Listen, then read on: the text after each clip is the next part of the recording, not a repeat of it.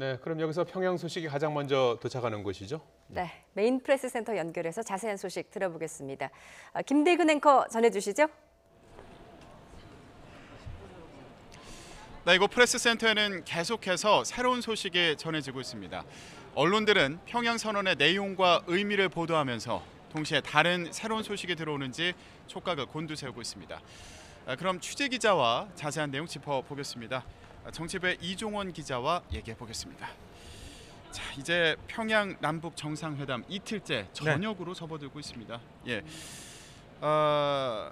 오늘 만찬도 특별한 장소에서 하는 것으로 저희가 알고 있는데 여기에 김정은 위원장이 올지도 관심이에요. 네, 일단 오찬에는 두 정상이 함께 했거든요. 김정은 위원장이 약속했던 대로 이 대동강변에 있는 옥류관으로 초대를 해서 함께 평양냉면을 먹었습니다. 이 오찬을 마친 뒤에는 이 평양 만수대 창작사라는 곳을 방문해서 이 예술품과 조각 등을 관람했는데 이제 저녁 시간인데 이 평양 시민들이 자주 찾는 이 대동강 수산물 식당이라는 곳에서 이 수행원들과 함께 식사할 예정입니다. 이 식사하는 공간 다른 테이블엔 자연스럽게 이 평양 시민들이 앉을 예정인데요. 일단 김정은 위원장이 참석하지는 않을 가능성이 좀 커 보이는데 오늘 평양 시민들을 만나고 싶다는 뜻에서 문재인 대통령이 직접 요청을 해서 이 장소가 잡혔거든요. 이 대동강변에 있는 말씀드린 대로 대동강변에 있는 이 수산물 식당인데 쉽게 얘기하면 우리식으로 얘기하면 횟집이죠. 여기에 만약 김정은 위원장이 간다면 이 북한 문화에서는 약간 좀 이 부자연스러워 보일 수 있는 그런 측면이 있잖아요. 그래서 김정은 위원장과 시민이 함께 식사하는 것이 되기 때문에 참석하지는 않을 것으로 보입니다. 어떤 장면을 저희가 보게 될지 주목됩니다. 자, 만찬 이후에도 주요 일정이 있습니다. 공연을 보게 될 텐데요. 이 공연 내용을 두고 남과 북 사이에 의견 조율이 있었던 것으로 보이거든요. 네, 앞서서 윤영찬 수석 설명을 들어보면 그런 것 같은데요. 일단 일정을 설명해 드리면 이 만찬 이후에 만찬이 끝난 이후에 능라도라는 곳에서 능라도가 우리 서울로 치면은 여의도 같은 곳이거든요. 대동강 위에 있는 섬인데 이 능라도에 있는 5일 경기장이라는 곳에서 관객 15만 명과 함께 집단 체조를 관람할 예정입니다.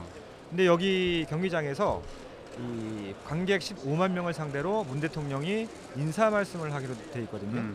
분량은 한 2분 안팎이라고 하는데 어떻게 보면은 북한 시민을 상대로 문 대통령이 우리 측 남측 지도로서는 처음으로 연설을 하는 거죠. 상당히 그 자체로도 이례적인데 전 세계로 생방송이 예정되어 있습니다. 일단 오늘 볼 공연은 이 과거 아리랑이 아니라 이제 새로 만들어진 빛나는 조국이라고 알려져 있는데 이 내용 자체에 북한 체제를 선전하는 내용이 담고 있기 때문에 우리 정상이 관람하는 것이 과연 옳은 것이냐, 회담 일정 이전에 좀 논란이 있었죠. 이와 관련해서 기자들이 질문을 했었는데 아침에 최명하대에서 설명하기를 이 북측이 우리 측 입장을 최대한 고려한 걸로 안다. 이 전체적인 틀은 이 빛나는 조국으로 알고 있지만 문 대통령 환영의 의미를 담은 것으로 알고 있다. 기존의 어떤 빛나는 조국을 바탕으로 해서 내용을 조금 수정한 것으로 보입니다. 네, 이 집단 체조의 내용이 어떻게 펼쳐질지 이것도 참 궁금합니다. 자, 오늘 전해진 소식 중에요. 이곳 프레스 센터를 술렁이게 했던 소식이 있습니다. 문재인 대통령과 김정은 위원장이 내일 백두산에 함께 오르기로 했다, 이 소식이었는데 이 소식이 전해질 때 이 프레스센터 기자들이 좀 술렁이는 그런 모습을 보이기도 했습니다. 어떤 의미가 있는 활동이라고 볼 수 있을까요? 오늘 한 두세 차례 술렁거렸었죠. 프레스센터가 가장 처음 술렁거린 게 김정은 위원장이 공동 기자회견에서 서울에 가겠다 이렇게 얘기한 순간 술렁거렸고, 또 문재인 위원장이 관련해서 빠른 시일이라는 건 올해 아니다. 문재인 대통령이 그렇게 탄성이 얘기했죠. 쏟아져 나왔고 이 오늘 오후 3시에 원래 정례 브리핑 시간이죠. 윤영찬 수석의 정례 브리핑 시간 그 순서인데 1시간이 연기됐어요. 그래서 왜 그런가 기자들이 좀 의아했었는데 평양 현지에서 이 김의겸 청와대 대변인이 브리핑을 했습니다. 그래서 이 브리핑을 통해서 내일 아침에 양 정상이 함께 백두산을 오른다 이렇게 소개를 했고요. 제 개인적인 판단으로는 어떻게 보면 김 위원장이 문 대통령을 위해서 준비한 일종의 선물 같거든요. 선물이다. 왜냐하면 지난 4월 이 판문점 우리 측 지역에서 열렸던 회담에서 만찬을 열면서 문 대통령이 김정은 위원장에게 개마고원에서 이 트레킹을 하는 소원을 좀 들어줬으면 좋겠다, 이렇게 공개적으로 그 발언을 한 적이 있었는데 또 어제는 그 평양 순안공항에 비행기가 착륙을 하고 이제 문이 열리기 직전에 그 비서관들과 이런 얘기를 나눴다고 하더라고요. 그 본인이 중국 동포로부터 이 백두산 방문을 그 제안받은 적이 여러 차례 있었는데 모두 거절했다고 해요. 그래서 왜 그런 그렇게 건가요? 얘기했냐면 예. 백두산에 가긴 꼭 갈 건데 중국을 통해서 가기보다는 나는 반드시 우리 땅을 밟고 백두산에 오르겠다. 이렇게 공언을 했다고 하는데 예. 소원이 이루어지게 됐습니다. 예. 그러면은 두 정상이 내일 등산을 하는 건가요? 어떻게 되는 겁니까? 글쎄요, 뭐 그렇지는 않을 것 같고요. 예. 그 일단은 이 일정이 회담 전에 정해진 건 아니라고 하거든요. 그러니까는 어제 오늘 사이에 결정된 거기 때문에 아마 준비가 되어 있지는 않을 것 같고 예. 일단 비행기와 차량을 이용해서 백두산까지 간다고 합니다. 지금 현재 평양에 머물고 있기 때문에 순안공항에서 이제 비행기를 타고 이 삼지연 공항이라는 곳으로 가는데 이 삼지연 공항이 백두산 근처에 있고 또 백두산 관광용으로 이용되는 곳이에요.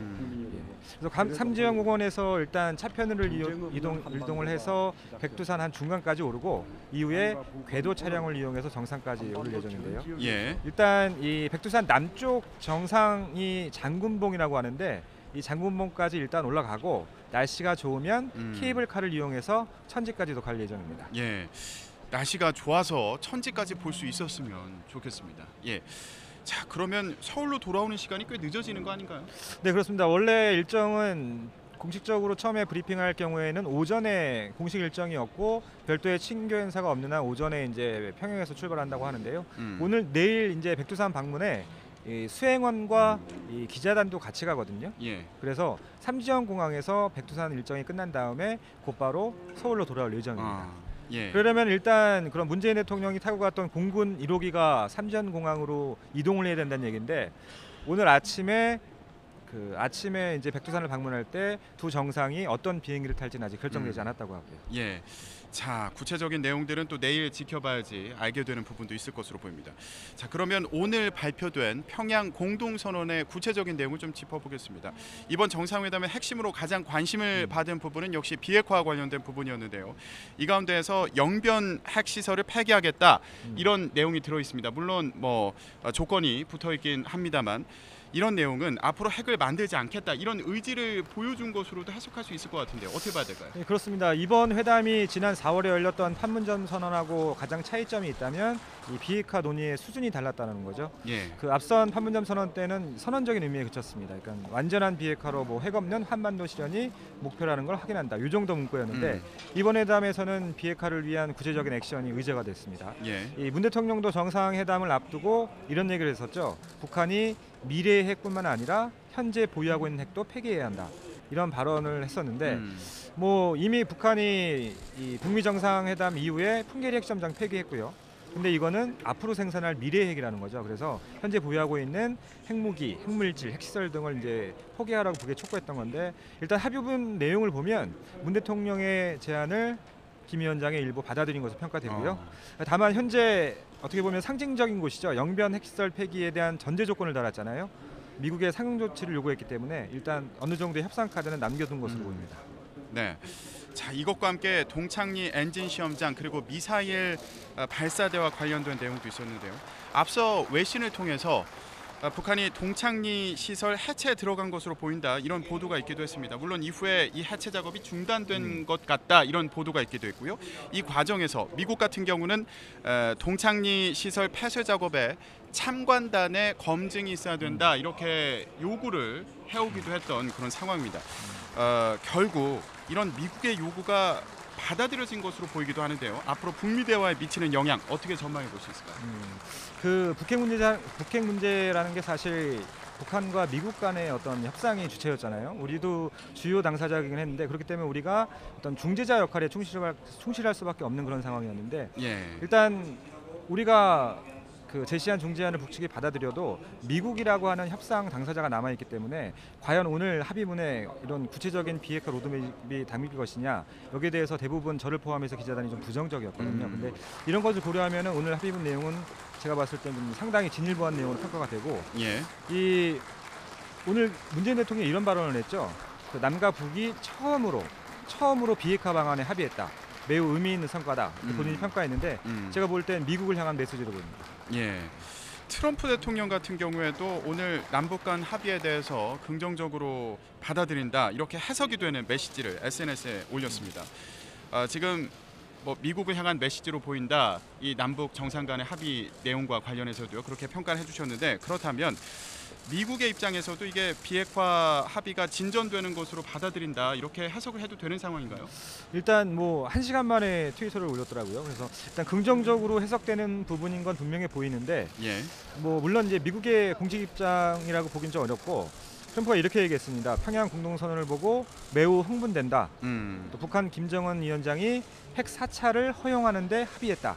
이렇게 썼는데 예. 물론 이제 트럼프가 이해한 수준과 북한이 수용할 수 있는 어떤 검증의 수준이 다를 수 있거든요. 예. 이럴 경우 검증 방법을 놓고 일부 또 다른 논란이 일어날 수도 있을 가능성이 좀 남아 있어 보입니다. 예, 추가 협의가 진행이 될 수도 있고요. 또 북미 간의 구체적인 논의가 또 이어질 수 있을 것으로 예상이 되기도 합니다.